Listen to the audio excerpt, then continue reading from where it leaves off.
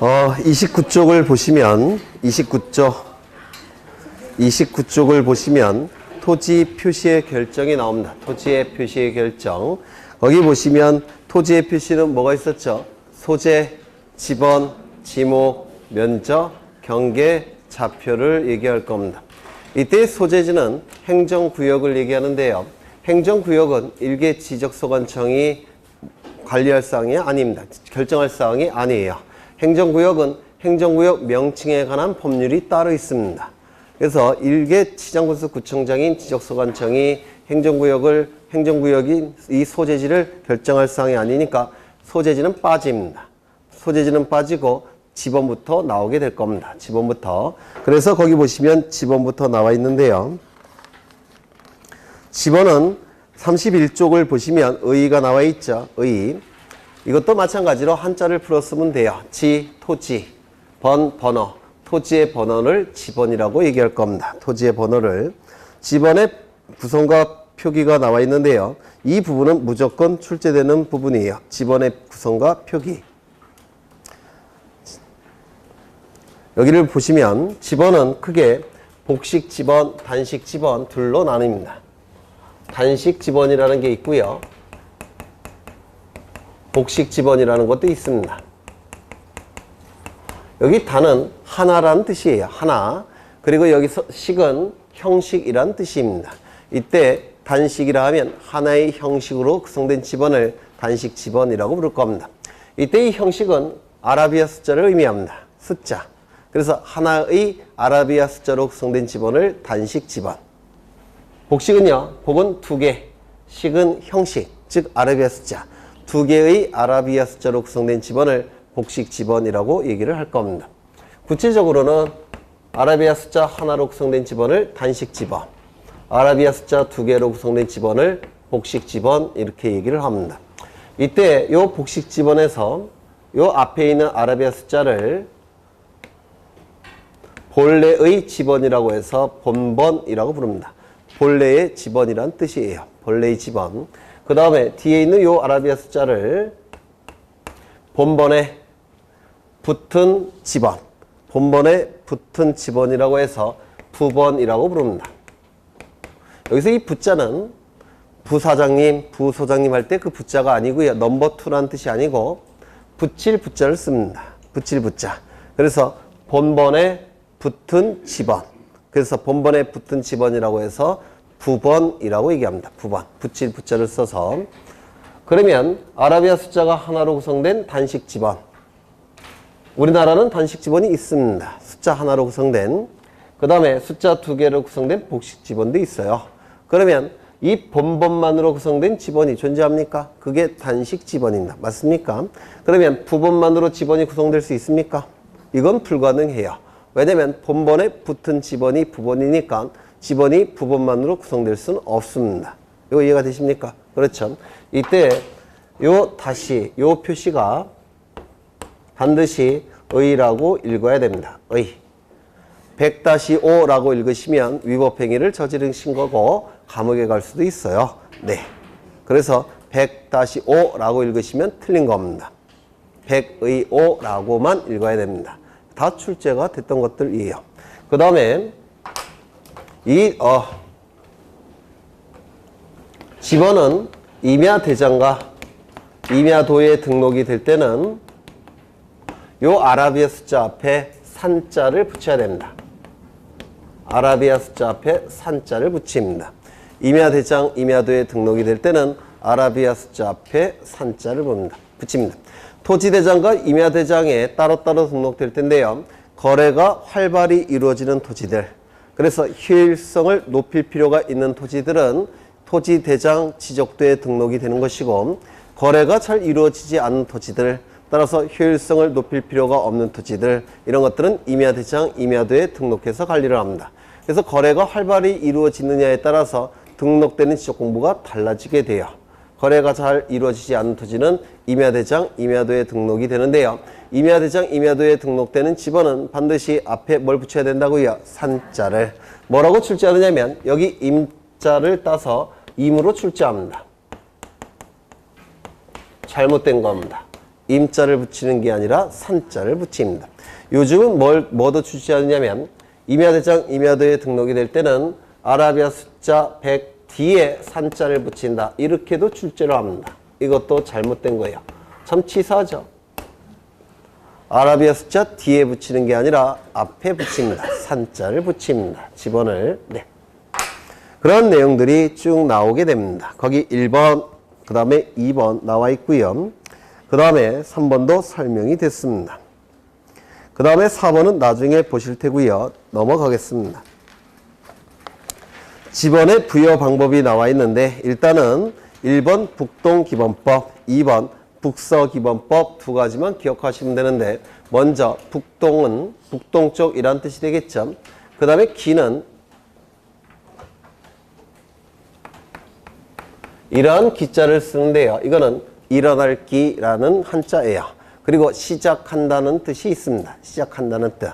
그래서 북동기본법은 북동쪽에서 집원이 시작되는 방법이라는 뜻입니다. 반대말은 북서기본법이 될 겁니다. 북서기본법은 북서쪽에서 집원이 시작한다라는 뜻이에요. 북서쪽에서. 그래서 동서남북이 이렇게 있을 때 여기는 북쪽, 여기는 서쪽, 여기는 동쪽, 여기는 남쪽. 북동기본법은 북동쪽에서 집원이 이렇게 시작이 돼서 이쪽에서 끝납니다. 이렇게 집원이 부여돼요. 이러한 형태로. 이게 북동기본법이라고 부릅니다. 북동쪽에서 집원이 시작해서 어느 쪽에서 끝납니까? 남서쪽에서 끝나게 돼요. 북의 반대는 어디죠? 남. 동의 반대는 어디죠? 서. 그래서 남서쪽에서 끝난다. 이것도 여러 번 출제가 됐습니다.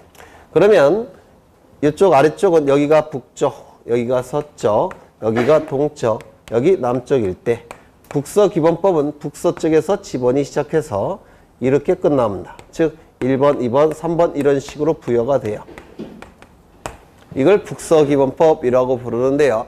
북의 반대쪽은 남쪽, 서의 반대쪽은 동쪽, 남동쪽에서 집원이 끝나는 방법을 뭐라고 얘기한다고요? 북서기본의 방식이라고 부릅니다. 그러면 이걸 북동기본법이라고 부르고요. 이걸 북서기본법이라고 부르는데 우리나라는 글씨를 읽거나 책을 쓸 때 이렇게 읽거나 책을 쓰죠. 일기 쓸 때 어떻게 쓰십니까? 여기서부터 나는 이제 자야 되겠다. 이렇게 일기를 쓰지 않습니까? 그렇죠? 그러면 여기 동서남북을 이렇게 그려버리면 어디에서 시작을 합니까? 북서쪽에서. 글씨는 어디서 끝납니까? 이쪽에서. 맞습니까? 그래서 우리나라 같은 나라는 북서기본의 방식을 쓸 수밖에 없습니다. 그렇지 않습니까? 여기서 시작해서 여기서 끝나는 거 아닙니까? 이런 식으로.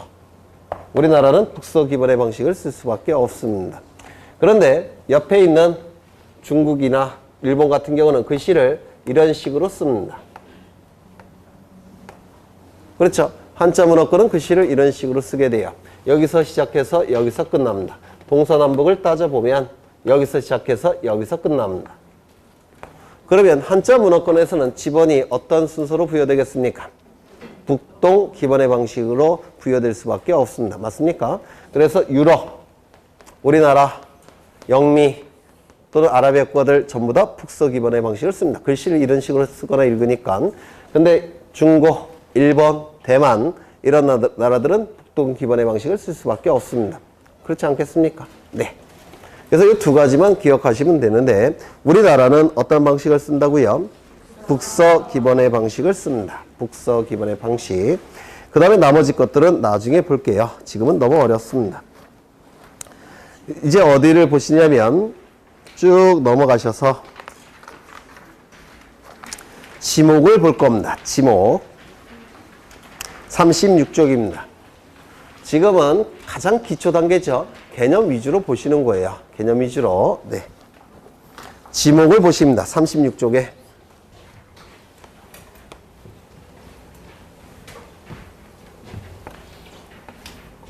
이건 한필지 토지인데 한필지 토지에 관한 정보를 수집해서 지적공부라는 공적인 장부에 토지의 표시에 관한 정보와 소유자에 관한 정보를 등록하고 그리고 관리하고 주권자인 국민에게 공시하는 제도, 이를 지적제도라고 얘기를 했습니다. 그렇죠? 이게 지적제도예요. 그런데 이 한 필지 토지에 대해서 이 토지를 주된 용도에 따라서 28개로 구분합니다. 이를 지목이라고 불러요. 토지의 사용 목적, 토지의 주된 용도, 이를 지목이라고 부릅니다. 토지의 사용 목적, 토지의 주된 용도를 28개로 구분하고 있는데 이를 지목이라고 부릅니다. 그러면 토지의 사용 목적, 토지의 주된 용도 28개만 있겠습니까?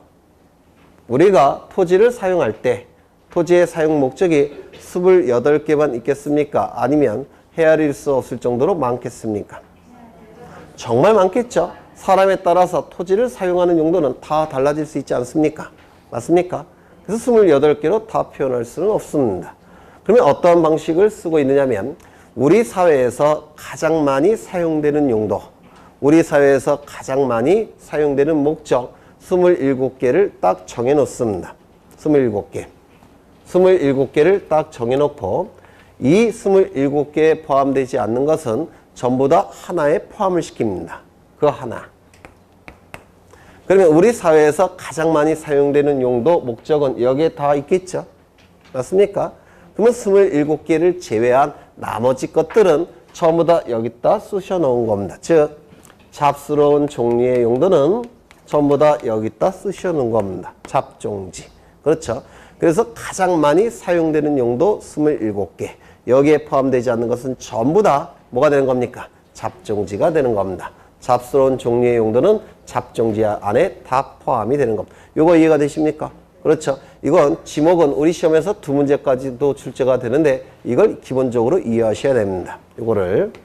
이걸 지목이라고 얘기합니다. 총 몇 개가 있다고요? 28개. 그러면 이 지목을 28개로 구분하는 이유가 있겠죠? 그 이유는 두 가지가 있습니다. 이 토지가 대지일 때와 이 토지가 임야일 때는 어느 토지가 거래가 활발히 이루어집니까? 대지. 비싼 토지니까. 그러면 효율성을 높일 필요가 있는 토지는 어느 토지입니까? 대지. 맞습니까? 효율적으로 관리할 필요가 있는 토지도 뭡니까? 대지. 맞습니까? 그러면 지목을 28개로 구분한 이유는 토지의 효율성을 높이기 위해서 또는 효율적 관리를 위해서 28개로 구분한 겁니다. 이거 이해가 되시나요? 네, 그렇죠. 두 번째, 어느 토지를 세금을 많이 부과해야 되겠습니까? 네? 1000제곱미터 대지와 1000제곱미터 임야에 대해서 같은 세금을 부과하면 대지 소유자는 좋겠지만 임야 소유자는 정말 뿔따고 나가겠죠. 헬조선 하면서 이민 가고 싶을 겁니다. 그러면 이쪽에 세금을 훨씬 많이 부과해야 되겠죠. 그래서 두 번째 이유는 가세 자료에 기준을 마련하기 위해서 28개로 구분한 겁니다. 그래서 두 가지 이유 때문에 28개로 구분한 건데요. 뭐 이런 것들이 출제되지는 않습니다. 그냥 이해만 해두시는 거예요. 출제가 되는 건 이거가 되겠죠. 28개. 뭐에 따라서? 주된 용도에 따라서. 이를 용도 지목이라고 부릅니다. 지목의 종류는 세 가지가 있는데요. 첫 번째, 지형 지목이라는 게 있습니다. 두 번째, 토성 지목이라는 것도 있고요.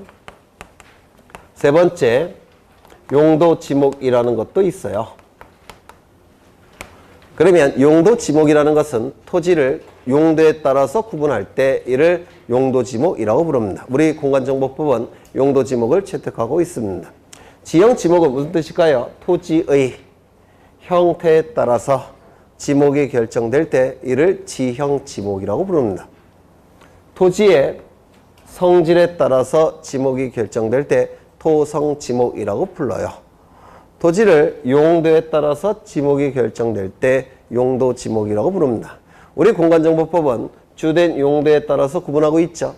따라서 용도 지목을 채택한다라고 얘기할 겁니다. 맞습니까? 네. 그럼 여기서 두 가지 이유로 28개로 구분하는 것이 지목인데요. 이 지목은 4개의 지적 공부에 등록합니다. 대장 형태의 지적 공부 뭐가 있었죠? 토지 대장, 임야 대장, 공유지역 명부, 대지권 등록부. 도면 형태의 지적 공부 2개가 있었죠.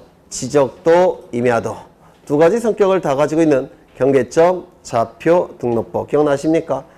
네, 이따가 다시 외우실 거예요. 이때 그 7개의 가시적 지적 공부 중에서 4개의 지적 공부에만 지목이 등록됩니다. 그 4개는 토지 대장, 임야 대장, 지적도, 임야도에만 지목이 등록됩니다. 다른 지적 공부에는 등록되지 않습니다. 공유지역 명부에 지목이 등록된다. OX, X. 대지권 등록부에 지목이 등록된다. OX, X. 경계점 좌표 등록부에 지목이 등록된다. OX, X. 4개만 등록이 됩니다. 외우시죠? 토지대장, 임야대장, 지적도, 임야도. 외우셔야 돼요. 여기서 토지대장과 임야대장은 그 7개의 가시적 지적 공부 중에서 가장 많은 내용을 담고 있는 가장 완전한 형태의 문자로 구성된 지적 공부입니다. 가장 많은 내용을 담고 있고 가장 완전한 내용을 담고 있는 가장 완전한 형태의 지적 공부가 바로 토지대장과 임야대장입니다. 이게 그러면 지목이 등록이 될 때도 가장 완전한 명칭인 정식 명칭으로 지목이 등록돼야 됩니다. 정식 명칭으로 지목이 등록돼야 돼요. 그러면 지목은 이런 게 있습니다. 학교 용지, 공장 용지, 철도, 주차장, 유지, 이러한 지목들이 존재하는데요. 이게 정식 명칭이에요. 토지대장과 임야대장은 어떻게 등록한다고요? 정식 명칭으로 등록합니다. 이유는 가장 완전한 형태의 지적 공부이기 때문에 그렇습니다. 되셨죠? 그런데 지적도와 임야도는 얘기가 달라집니다. 왜냐하면 지적도, 임야도가 이렇게 존재할 때 지적도, 임야도 한 장 안에는 굉장히 많은 토지들이 등록되어 있습니다. 굉장히 많은 토지들이, 즉 수십 필지, 수백 필지가 등록되어 있어요. 그런데 여기다가 필지별로 지목을 정식 명칭으로 등록을 해버리면 도면이 지저분해집니다. 즉 공식기능이 뚝 떨어져요. 그래서 여기다가는 정식 명칭으로 등록할 수가 없습니다. 공식기능이 떨어지니까. 한 장 안에는 수십 필지가 등록되어 있는 상태고 그 필지별로 정식 명칭을 다 따로 등록하게 되면 공식기능이 떨어지니까 정식 명칭으로 등록할 수는 없고 간략하게 부호로 등록해야 됩니다. 간략하게 공식기능을 높이기 위해서. 그래서 여기서 등록할 때는 부호로 등록을 합니다. 부호를 만들어서, 부호를 만드는 방법은 2가지가 있습니다. 첫 번째, 머리 글자를 따서 만드는 방법이 있고요. 두문자라고 얘기합니다. 첫 대가리 글자를 따서 만드는 방법. 여기서 첫 대가리는 학이겠죠. 여기는 공이겠죠. 이건 철이겠죠. 주, 유. 이렇게 맨 앞에 글자를 따서 부호를 만드는 방법이 있습니다. 그런데 28개의 지목에 앞대가리 글자를 따서 부호를 만들다 보니까 겹치는 것도 나올 수가 있겠죠. 유사한 것도 나올 수가 있겠죠. 그러면 그 부분은 어떻게 해야 되겠습니까? 다른 걸 따야 되겠죠. 그거는 2번째 글자를 땁니다. 차는 차남할 때 그 차자예요. 2번째라는 한자입니다. 그럼 여기서 2번째 뭡니까? 교. 여기는요, 장. 여기는 도. 여기는 차. 여기는 지가 될 겁니다. 2번째 글자는. 맞습니까? 이게 24개고요. 그 다음에 요게 4개입니다. 원칙은 두문자를 땄더니 4개가 겹치거나 아주 유사하더라는 겁니다. 그래서 그 4개는 2번째 글자를 따서 부호를 만듭니다. 그러면 그 4개가 뭐냐면 이겁니다. 차, 장, 천, 원. 이건 전부 다 2번째 글자를 따서 부호를 만든 겁니다. 외워두셔야 돼요. 차장, 천원. 차는 뭘까요? 주차장. 장은요, 공장, 용지. 천은 하천, 원은 유원지. 이건 전부 다 두 번째 글자를 따서 만든 겁니다. 차장천원. 저 고등학교 다닐 때만 해도 차장이 계셨어요. 버스마다. 하늘색 유니폼 입고. 그 다음에요. 빵모자 쓰고. 그래서 승객들을 막 밀어놓고 버스 엉덩이 툭툭 치면서 오라이 이렇게 얘기했었는데, 이거 아시는 분은 제 연배일 테고 모르시는 분은 모르시는 분이 더 많을 것 같은데, 느낌이 차장 1,000원, 차장에게 1,000원 내고 오라이 이렇게 얘기해. 네. 외우셔야 돼요. 차장 1,000원, 차 주차장, 장 공장 용지, 천 하천, 원 유원지. 그러면 요 꼭 외우셔야 돼요. 여러분은 신뢰할 수가 없으니까 다시 한번 외우겠습니다. 네. 차, 장, 천, 원. 차, 주차장, 장, 공장, 용지, 천, 하천, 원, 유원지. 그러면 여기서 이 지금 6개를 제가 예를 들었는데, 먼저 학교 용지, 차장 1,000원 안에 있겠습니까? 없죠. 따라서 부호는 뭐겠습니까? 하. 공장 용지는 차장 1,000원에 있습니까? 있죠. 따라서 뭡니까? 부호가. 자, 철도는요? 부호가 철. 주차장은 차. 유지는 유. 그렇죠. 유원지, 유지. 전부 다 두 문자를 따봤더니 똑같이 유가 돼버리는 겁니다. 그래서 유원지는 두 번째 글자를 딴 거예요. 꼭 외워두셔야 됩니다. 다 출제가 되는 것들이에요. 다시 먼저 이 지목은 28개로 구분한다고 그랬죠. 우리 사회에서 가장 많이 사용되고 있는 토지의 용도 27개. 이 안에 포함되지 않는 건 전부 다 잡종지. 그렇죠. 지목은 4개의 지적 공부에만 등록됩니다. 다른 데는 등록되지 않아요. 먼저 토지대장, 임야대장, 정식명칭, 지적도, 임야도, 부호. 그 다음에요. 부호를 만드는 방법은 24개는 두 문자, 4개는 차문자. 당연히 4개를 외워야 되겠죠. 28개, 4개 못 외웁니다. 4개를 외우셔야 할 거예요. 4개, 차, 장, 천, 원. 차, 주차장, 장, 공장, 용지, 천, 하천, 원, 유원지. 네, 그렇게 외우시면 돼요. 거기 39쪽을 보시면 지목의 의의가 나와 있고요. 읽어보시면 될 겁니다. 그 다음에 지목의 표기 한 페이지 넘겨보시면 표로 나와 있는데 차장 1,000원만 외우시면 돼요. 이게. 그 다음에 우측을 보시면 지목 설정의 원칙이 나와 있는데 이거 좀 보겠습니다. 지목 설정하는 원칙, 원리. 첫 번째, 일필일목의 원칙. 아까 말씀드렸죠? 한 필지가 지적공부에 등록이 될 때는 하나의 지목만 등록돼야 된다는 원칙이 일필일목의 원칙입니다.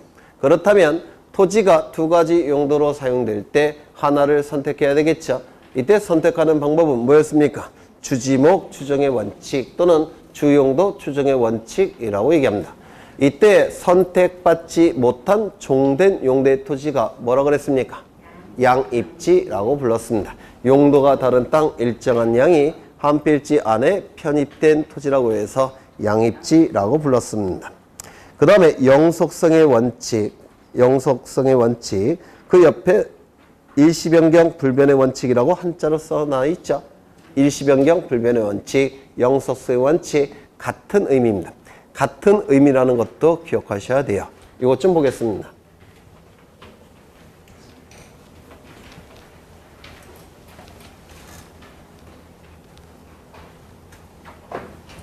지금 여기에 두 필지가 존재합니다. 여기는 100번지 토지고 여기는 101번지 토지입니다. 토지를 옆에서 본 거예요. 위에서 본 게 아니라 토지를 옆에서 본 겁니다. 이 100번지 토지는 소유자가 갑이고요. 이쪽 토지도 소유자가 갑입니다. 토지의 지목은 대지예요. 따라서 지적공부에 등록이 될 때는 대로 등록되어 있을 겁니다. 이때 101번지 토지에 지적공부가 있겠죠. 뭐로 등록되어 있다고요? 대로 등록되어 있을 겁니다. 지목이. 토지의 표시 중에서 지목은 대로 등록된 상태입니다. 이때 이 갑은, 토지 소유자 갑은 100번지 토지 위에 건물을 신축하고자 합니다. 원룸 건물을 신축하고자 해요. 원룸 건물을. 그러면 이 원룸 건물을 신축할 때 건축 자재가 필요하겠죠. 맞습니까? 건축 자재가 필요할 겁니다. 그러면 그 건축 자재를 쌓아놓는 공간이 필요할 겁니다. 건물을 짓기 위해서는. 다행히 인접 토지도 자신의 소유 토지니까 여기다가 건축 자재를 쌓아놓게 될 겁니다. 그러면 이 건축 자재를 쌓아놓을 때 이 토지의 용도는 뭐냐면 27개 없습니다. 건축 자재를 쌓아놓는 용도는 27개 지목 안에 없습니다. 뭐겠습니까? 잡종지가 되는 겁니다. 잡종지. 그런데 지금 이 건축 자재를 영구적으로 쌓아놓는 용도입니까? 건물이 완성이 되면 건축 자재 필요 없겠죠. 따라서 이 건축 자재로, 즉 잡종지로 용도가 바뀌는데 이거는 일시적이고 임시적인 용도 변경에 불과합니다. 맞습니까? 그러면 이때 일시적이고 임시적인 용도 변경이 이루어졌을 때 이거를 잡종지로 바꿔야 되겠습니까? 바꿔서는 안 되겠죠. 따라서 일시적인 용도 변경이 있을 때 지적공부에 등록되는 지목은 불변 바꿔서는 안 됩니다. 이를 일시변경 불변의 원칙이라고 부릅니다. 일시적인 용도 변경이 있을지라도 지적공부에 등록된 지목은 변경해서는 안 됩니다. 일시변경 불변의 원칙이라고 얘기합니다. 그렇죠? 그러면 언제 바꿀 수 있겠습니까? 영속적인 변경이 있다면 그때는 그렇지 않습니까? 영속적인 변경이 있을 때는 지적공부에 등록된 지목을 바꿔야 될 겁니다. 그렇죠? 그래서 이를 영속성의 원칙이라고도 얘기합니다. 이것을 기준으로 얘기한다면 일시변경 불변의 원칙, 이것을 기준으로 한다면 영속성의 원칙. 용어가 반대 의미의 용어를 쓰고 있기 때문에 또 다른 뜻이라고 오해할 여지가 있습니다. 같은 뜻입니다. 일시변경 불변의 원칙, 영속성의 원칙 같은 뜻이 될 겁니다. 그 다음에 이 지목법정주의라는 문구가 나오는데 지목은 법이 정해야 된다는 원칙이 지목법정주의예요. 조세법정주의라는 것 혹시 들어보신 적 있습니까? 신문에서? 세금은 법에서 딱 정해놔야 된다는 겁니다. 왜? 그걸 정해놓지 않으면 국가가 엄청 많이 걷어갈 가능성이 있기 때문에 그렇습니다. 근데 이 지목은 세금과 관련이 있습니까? 없습니까? 있죠? 따라서 조세법정주의 취지가 여기도 관철이 된 겁니다. 그래서 지목은 법에서 딱 정해놓고 있습니다. 28개로. 그러면 국가기관이 멋대로 30개로 바꿀 수가 있느냐?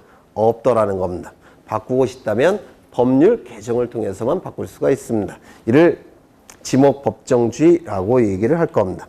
그 다음에 지목의 구분이 나와 있는데요. 한 페이지 넘겨보시면 다 볼 수는 없고요. 일단은 두 개만 보겠습니다. 두 개만. 먼저 첫 번째 전, 두 번째 밭. 여기서 전은 밭전자예요. 밭전자. 못 외웠어요, 제가. 너무 어려워서 밭전자를 씁니다. 그러면 이 주된 용도는 뭐겠습니까? 밭농사 용도겠죠? 맞습니까? 그럼 밭농사의 특징이 뭘까요? 물이 필요할 때만 물을 뿌립니다. 맞습니까? 필요할 때 물을 뿌려줍니다. 아, 밭농사 안 지어보셨죠? 저는 지어봤는데 안타깝게. 네. 그럼 그 밑에 보시면 답자가 나와 있죠? 이 답자는 논답자입니다. 논답자. 따라서 논농사 용도의 토지가 바로 지목이 답이에요. 논답자를 써서. 그러면 이 논농사의 특징이 뭘까요? 물이 항상 찰랑찰랑 차 있습니다. 맞습니까? 이게 논농사의 특징이에요. 그러면 거기 문구를 보시면 전과 답의 구별의 기준은 뭐겠습니까? 물을 상시적으로 이용하지 않는다면 뭡니까? 밭농사 토지 전. 물을 상시적으로 이용해야 된다면 논농사 토지 답이 되는 겁니다. 어렵지 않죠? 그런데 논농사건, 밭농사건, 농사 짓는 토지죠. 사람의 노동력이 투입이 됩니다. 사람의 노동력이 투입된다는 얘기는 무슨 뜻입니까? 재배라는 문구가 사용돼야 돼요. 그래서 거기 전에서 둘째 줄 보시면 재배라는 문구 있습니까? 그 다음에 답에서 첫째 줄 보시면 뒤에 재배라는 문구가 있습니까? 네, 여기다가도 동그라미 치셔야 됩니다. 그래서 전과 답의 구별 기준은 물을 상시적으로 이용한다면 답, 물을 상시적으로 이용하지 않는다면 전. 공통점은요, 재배가 되는 겁니다. 그렇죠? 네, 나중에 다시 할 거예요. 가수원까지 볼까요? 가수원. 가수원을 보시면 가수원은 거기 핵심 문구가 집단적 재배입니다.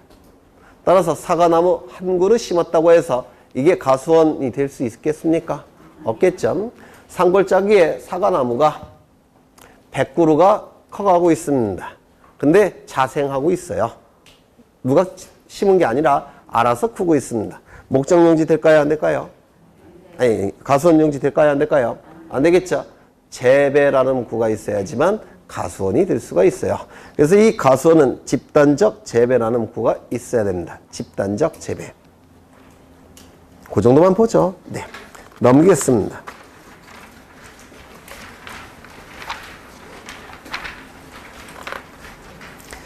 51쪽을 보시면 거기 28번에 잡종지가 나와 있죠. 잡종지. 잡스러운 종류의 토지. 잡종지. 즉 우리 사회에서 잘 사용되지 않는, 주로 사용되는 용도는 27개가 있다고 그랬죠. 그리고 잘 사용되지 않는 거. 그건 뭐라고 한다고요? 잡종지. 말씀드렸죠. 그래서 여기 기역, 니은, 디귿을 보시면 핵심 문구는 디귿에 있습니다. 디귿에 보시면 다른 지목에 속하지 아니하는 토지, 즉 27개 안에 속하지 않는 토지, 이게 잡종지예요. 그래서 27개에 속하지 않는다는 것만 공통점이겠죠. 그래서 기역, 니은을 보시면 공통점이 별로 없어요. 공통점은 하나입니다. 27개 안에 포함되지 않는 것, 그게 공통점이 되는 겁니다. 이걸 이해하셔야지만 이 지목을 공부하시기가 수월합니다. 그 정도 보시고요. 넘기겠습니다. 그 다음에 52쪽을 보시면 경계가 나오는데요. 경계.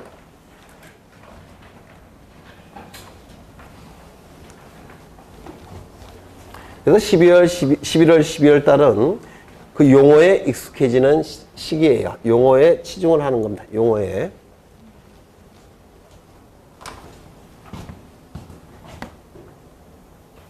이건 토지를 옆에서 본 건데요.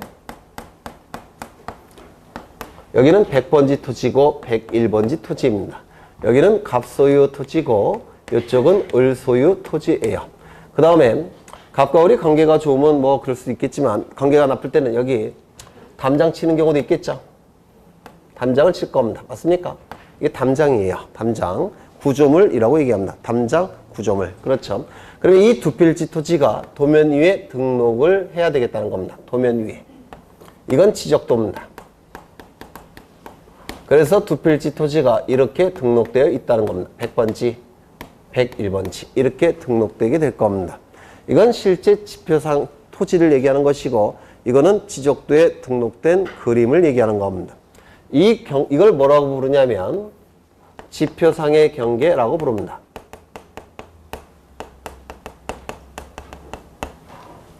요거를 뭐라고 부르냐면 도면상의 경계라고 불러요. 이 실제 토지 위의 담장, 구조물, 이 경계를 규율하는 법은요, 민법입니다. 민법을 이제 공부를 많이 하실 거예요. 민법의 상린관계에 관한 규정들이 이 지표상의 경계를 규율합니다. 민법의 상린관계에 관한 규정. 상린관계라는 것은 민법에서 아시겠지만 서로 상자에 이웃닌자를 씁니다. 그래서 서로 이웃인 관계를 규율하는 법 규정이 민법에 들어가 있어요. 상린관계에 관한 규정이. 들어보신 적 있습니까? 상린관계. 앞으로 들어보실 겁니다. 그 다음에 이 도면상의 경계를 규율하는 법은 공간정보의 구축 및 관리에 관한 법률입니다.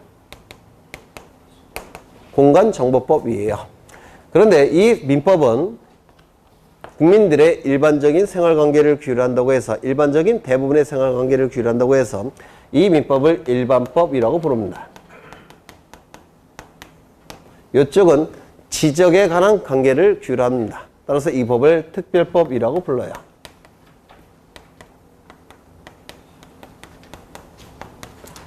이때 이 경계와 이 경계가 제대로 일치한다면 문제가 없겠죠. 실제 지표상의 경계와 도면상의 경계가 일치한다면 문제가 없습니다. 아무 문제가 없어요. 그런데 일치하지 않는다면 이건 문제가 생기죠. 맞습니까? 그러면 이건 공식 기능이 제대로 발휘가 안 되니까 공식 기능에 혼란이 발생하니까 일치를 시켜줘야 될 겁니다. 어느 것을 기준으로 어느 것을 바꿔줘야 될까요? 네? 혹시 이런 거 들어보셨습니까? 특별법 우선의 원칙. 이런 거 혹시 들어보셨습니까? 못 들어보셨어요? 일반 법과 특별법이 있을 때는 특별법이 우선적으로 적용이 돼요. 특별법이. 예를 들어서 뭐가 있을까? 사람을 패고서 귀중한 물건을, 귀중품을 이제 뺏었습니다. 일반법은 형법이에요. 그렇죠? 그 다음에 특별법은 특강법이라는 게 따로 있어요. 특강법. 뭐 강도에 관련된 법률. 어느 법이 적용이 될까요? 특강법이 적용이 되는 겁니다. 요게 괜히 얘기했다는 생각이 듭니다. 여하간 특별법 우선의 원칙이라는 게 행정법과 헌법에서 인정이 돼요. 그래서 이게 우선적으로 적용이 되는 겁니다. 요것이. 따라서 이것을 기준으로 해서 이걸 옮겨야 됩니다. 이걸 옮기는 거예요. 그런데 예외적으로 이것이 위조가 됐다든지 변조가 됐다든지 허위로 작성이 됐다는 특별한 사정이 있다면 무엇을 고쳐야 되겠습니까? 당연히 이걸 고쳐야 될 겁니다. 맞습니까? 원칙은 이쪽 법률이 우선이 되니까 저쪽을 고쳐야 되겠지만 예외적으로 이쪽을 고치는 경우도 있을 수가 있을 겁니다. 맞습니까? 그런데 지금 오늘 수업 시간은 부동산 공시법령이죠. 맞습니까? 공시법령은 공간정보법도 그 내용으로 하고 있죠. 그럼 제가 얘기하는 경계는 이쪽 경계를 얘기하겠습니까? 이쪽 경계를 얘기하겠습니까? 당연히 도면상의 경계를 얘기하는 겁니다. 이건 민법 선생님이 설명하실 테고 우리 공시법령은 이쪽 경계를 의미합니다. 그래서 공시법 시간에 경계라 하면 도면상의 경계를 의미할까요? 지표상의 경계를 의미할까요? 도면상의 경계를 의미하는 겁니다. 우리 시간에는 무조건 경계는 도면상의 경계를 의미하는 것이고 저쪽의 경계를 얘기하고 싶다면 앞에 지표상이라는 문구를 또는 실제라는 문구를 집어넣어야 될 겁니다. 이거 이해가 되십니까? 그래서 공간정보법상의 경계는 도면상의 경계를 의미합니다. 그러면 이 경계라는 것은 이쪽 경계를 의미하는 게 아니라 이쪽 경계를 의미하는데요. 이 경계는 요거도 경계겠지만 이것도 다 인접토지와 경계가 되겠죠. 맞습니까? 그렇죠. 그리고 이 경계와 경계가 만나는 점이 있을 텐데 이 경계와 경계가 만나는 점을 경계점이라고 불러요. 경계와 경계가 만나는 점, 경계점. 경계점, 경계점, 경계점, 경계점, 경계점이라고 부릅니다.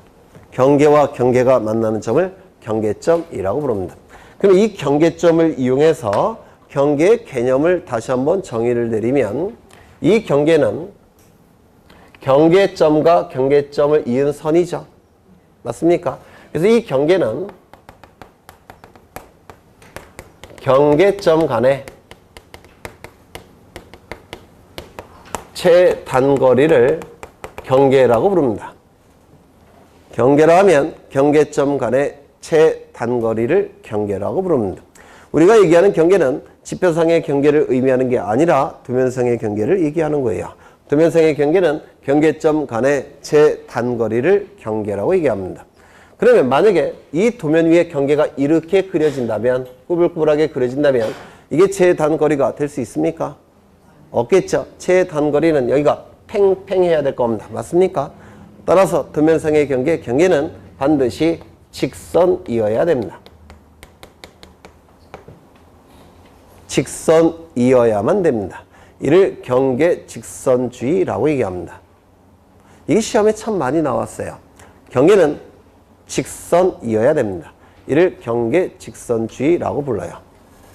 실제 담장이 설치가 될 때는 꾸불꾸불하게 설치될 수 있죠. 하지만 도면 위에 그려질 때는 반드시 직선으로 그려져야 됩니다. 만약에 토지의 실제 모양이 원 형태라고 한다면 그림이 이렇게 그려져야 됩니다. 직선으로. 무슨 말인지 아시겠죠? 이걸 경계직선주의라고 얘기합니다. 그러면 여기서 직선은 선이죠. 선이니까 면적이 존재할 수 있습니까? 면적이 존재하기 위해서는 가로도 있어야 되고 세로도 있어야 되고 넓이가 있어야 되죠. 그런데 이 경계는 선이기 때문에 면적이 존재할 수 없습니다. 면적이 존재할 수 없기 때문에 쪼갤 수가 있습니까? 경계는 쪼갤 수가 없습니다. 즉 불가분합니다. 나눌 수가 없다는 뜻이에요. 이를 경계 불가분의 원칙이라고 부릅니다. 경계는 불가분, 나눌 수가 없습니다. 이런 것들이 이제 나오게 될 겁니다. 그래서 53쪽을 보시면 의가 나와 있는데 의를 읽어보시고요. 이 경계는 경계점과 경계점 간을 이은 최단거리, 즉 직선이 된다는 거 좀 기억해 두십니다. 직선 꼭 기억해 두셔야 되고요. 나머지 것들은 나중에 다시 할 겁니다. 그 다음에 경계 설정에 관한 원칙이라고 나와 있는데 경계는 토지에 관한 정보죠. 맞습니까? 그러면 지적 국정주의 맥락상 경계도 국가가 정해야 되겠죠. 경계 국정주의, 경계 직선주의. 경계는 경계점 간의 최단거리를 의미하기 때문에 직선이 될 수밖에 없다고 했고요. 부동성의 원칙. 경계는 부동 뭡니까? 움직일 수 없다는 겁니다. 특별한 사정이 있다면 움직일 수 있겠죠. 그런데 특별한 사정이 없을 때 이쪽 토지 소유자 가, 이쪽 토지 소유자 을이 이 경계를 지멋대로 옮길 수가 있느냐? 있겠습니까? 없더라는 겁니다. 옮기고 싶다면 공간정보법이 정하는 절차에 따라서 옮길 수 있는 것이지 갑과 을이 멋대로 경계를 다시 그릴 수는 없다는 겁니다. 이를 경계 부동성의 원칙이라고 얘기할 겁니다. 그 다음에 축척 종대의 원칙. 축척은 종은 따를 종자고요. 대는 대축척을 얘기합니다. 그러면 이거 지난 시간에 했던 건데 이 토지를 실제 토지인데요. 도면 위에 그릴 때는 일정한 비율로 축소한다고 했죠.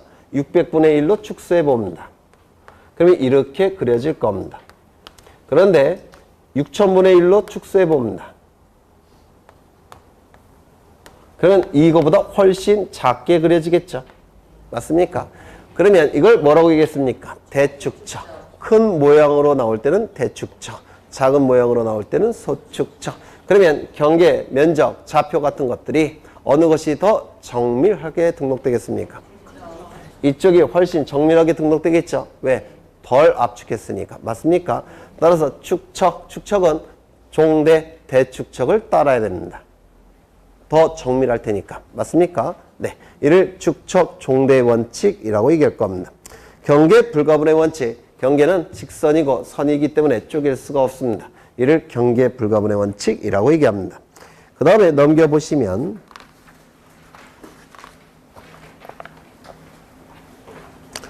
경계 설정 기준이 나오는데 경계 설정 기준 이것도 시험에 단골로 출제되는 부분이에요. 시험에 이것 좀 보겠습니다.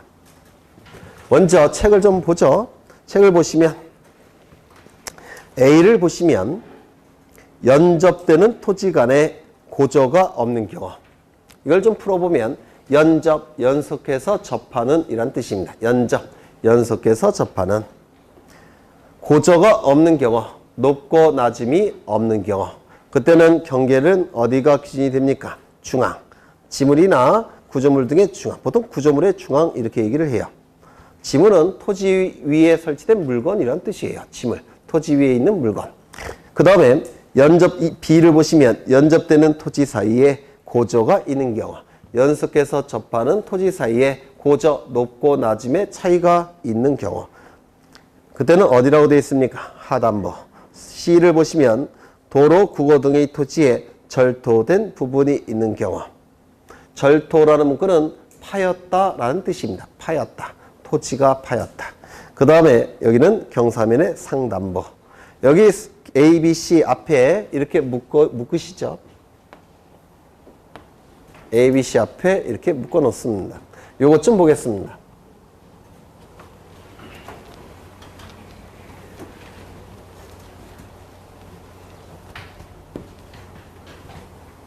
토지가 이렇게 존재합니다. 여기는 100번지 토지고 갑소유 토지입니다. 이쪽은 101번지 토지고 을소유 토지예요. 그리고 여기에 담장이 이렇게 있더라는 겁니다. 구조물이. 이 두 필지 토지가 도면 위에 그려지게 될 겁니다.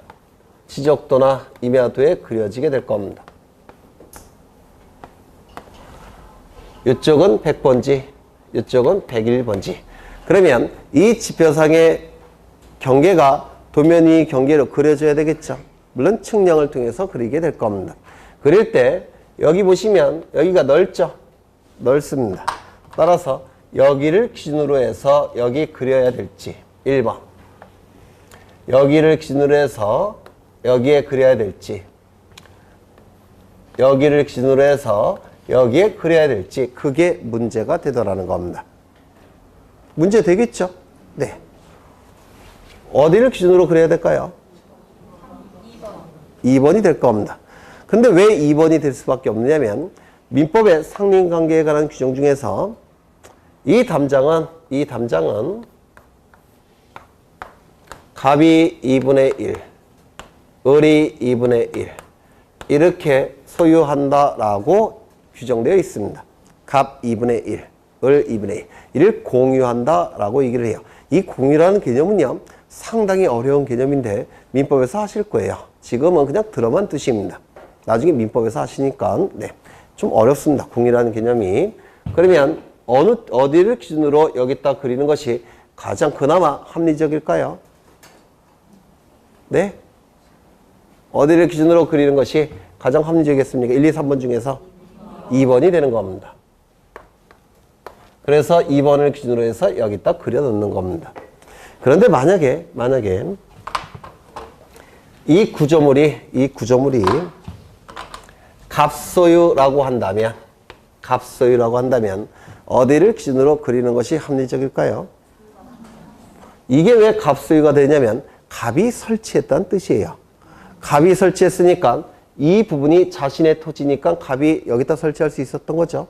만약에 이 부분이 을소유라고 한다면 갑이 설치할 수 있겠습니까? 허락을 받지 못하면 설치 못하겠죠. 따라서 이 구조물이 갑소유라는 얘기는 여기가 갑소유 토지라는 뜻이에요. 그럼 어디를 기준으로 그릴 수밖에 없습니까? 3번. 이렇게 그려야 될 겁니다. 맞습니까? 그럼 만약에 을소유라고 한다면 어디를 기준으로 그려야 되겠습니까? 1번. 여기를 기준으로 그려야 될 겁니다. 이거를 뭐라고 표현하냐면 구조물의 소유권에 따라 구조물의 소유권에 따라 경계가 결정되는 경우도 있더라는 겁니다. 이거 이해가 되십니까? 원칙은 이게 원칙이니까 원칙은 어디라고요? 중앙. 하지만 예외적으로 소유권에 따라 경계가 결정되는 경우도 있을 수가 있습니다. 두 번째,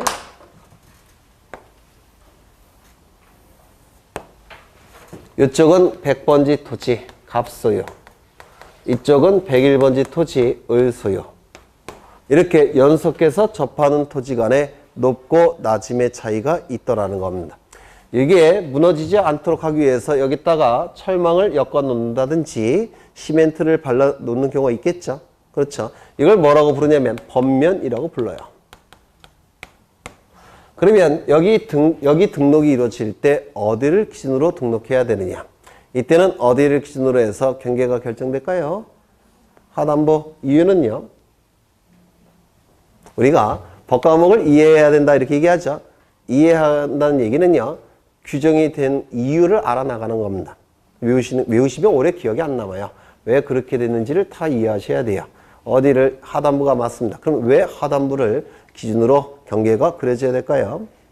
만약에 상단부를 기준으로 여기 경계가 그려진다면 비가 억수로 많이 옵니다. 어디부터 무너집니까? 위에부터 무너지죠. 그러면 비가 억수로 많이 올 때는 여기부터 무너지니까 어떻게 됩니까? 경계가 계속 바뀝니다. 그렇지 않겠습니까? 그러면 안 바뀌는 데가 어디입니까?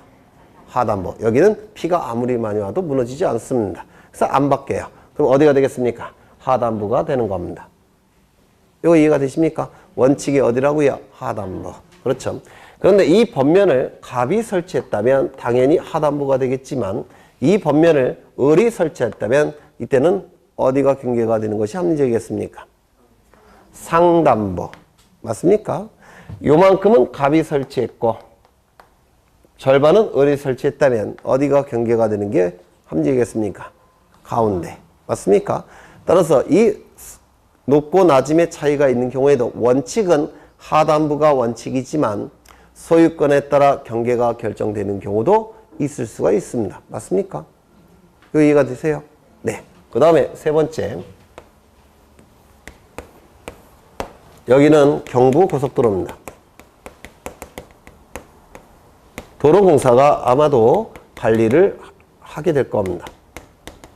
그리고 이쪽은 101번지 토지고 여기는 100번지 토지고 갑이 소유하는 토지입니다.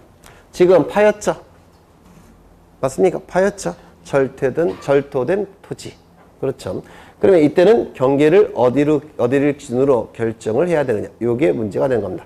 어디를 기준으로 그려야 되느냐. 이게 문제가 되는 겁니다. 어디를 기준으로 그려야 될까요? 여기 물론 철망이 엮여 있다든지 아니면 시멘트가 발라져 있을 겁니다. 맞습니까? 네. 원칙은 어디를 기준으로 경계가 결정돼야 되겠습니까? 이 부분은 갑이 관리하는 게 맞을까요? 도로공사가 관리하는 게 맞을까요? 네? 여기에 낙석이 떨어지면 대형 사고가 발생합니다. 맞습니까? 그러면 도로공사가 관리하는 게 더 맞겠죠?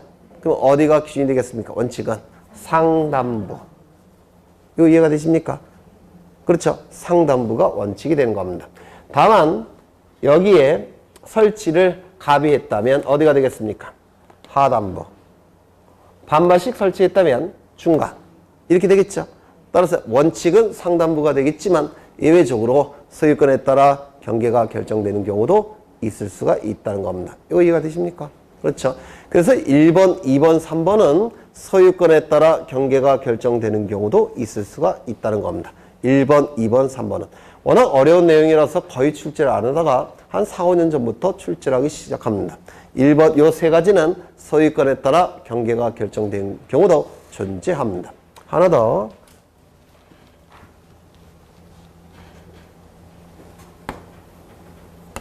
여기는 해안가인데요. 여기는 밀물대.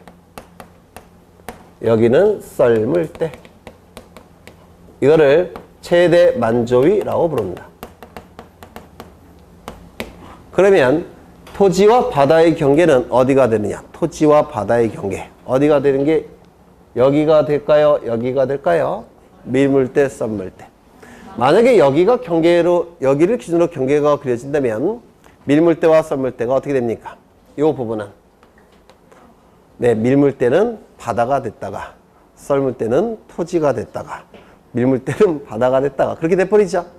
이걸 막기 위해서 어디를 기준으로 경계가 결정될까요? 여기.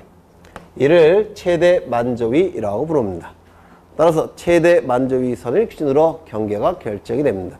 이때 이 부분을 뭐라고 부르냐면 갯벌이라고 부릅니다.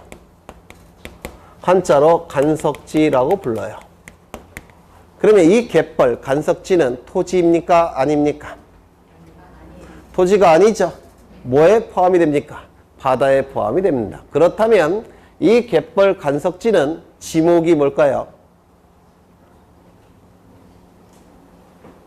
네? 문어 잡는 토지다 이렇게 생각하시면 안 돼요. 네? 뭐겠습니까? 존재하지 않습니다. 이유는 토지가 아니니까. 그렇죠? 토지가 아니기 때문에 지목은 존재하지 않습니다. 이것도 기출지문이에요. 토지가 아니기 때문에 지목은 존재할 수가 없습니다. 그런데 만약에 여기에 제방을 설치합니다. 그리고 여기를 흙으로 메웠습니다.